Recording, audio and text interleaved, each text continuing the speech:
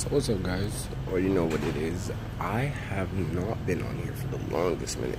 I should have been on here, but I wasn't on here. So that's kind of an oxymoron. So what I do know is that this week is gonna be hella busy. Like I'm hardly in school. Today I'm working municipal ball. Tomorrow I'm going to Stratford. Wednesday I might be watching Hate You Give. Thursday I think I'm at school, and then Friday too. But like, oh, it's crazy week. So yeah, I'm here working the municipal pool today because you already know, good gang. So we here working the municipal pool.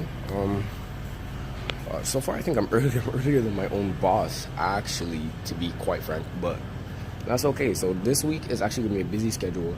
I know I'm probably not going to be able to vlog me working here because that would just be crazy. And I don't think they want me to have my phone. But you know, when I thought about like the municipal, I thought like this big space. Like, you know, like maybe a gym. But it's like, you know, it's just a route. But I mean, you know, what it is. So I'm not really, you know, but we making bands out here working for like the first time here, so my first job, I guess. I think this is where I should say also tips for your first job personally. So first of all, I think it's great to be one, assertive. You should be assertive on what time you get there, knowing exactly when you get there, and also, you know, telling your boss when you get there if he is not there.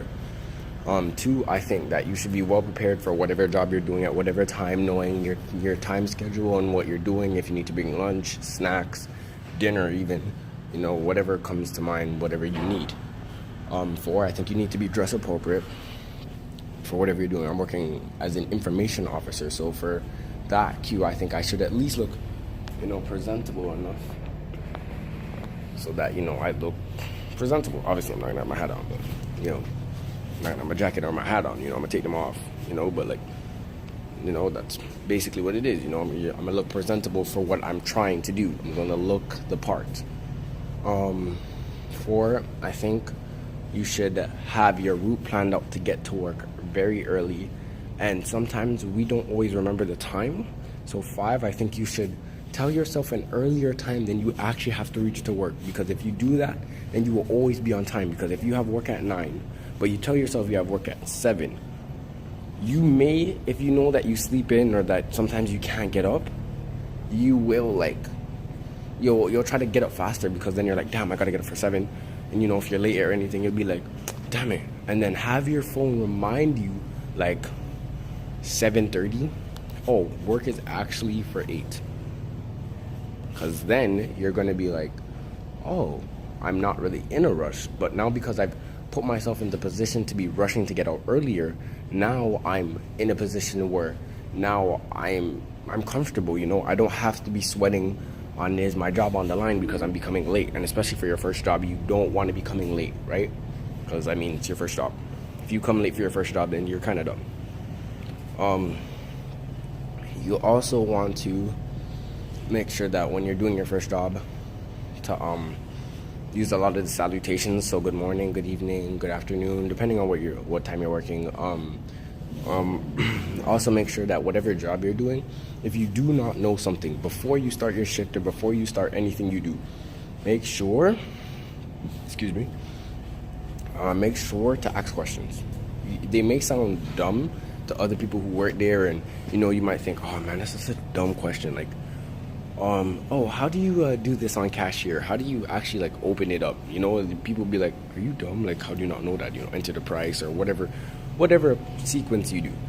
I don't want to say it wrong and then get ridiculed, but the point is, you don't want to look dumb when it's time for you to do it, and you actually don't know you actually don't know how to do it, because then they're going to be like, well, if you didn't know, why didn't you just ask us? And that kind of makes it, that also puts you in the position where you look bad, because now they're saying, well, if you can't communicate that you're at a loss, then how can you communicate with us when you need something, or when you know, we need to provide you with certain things?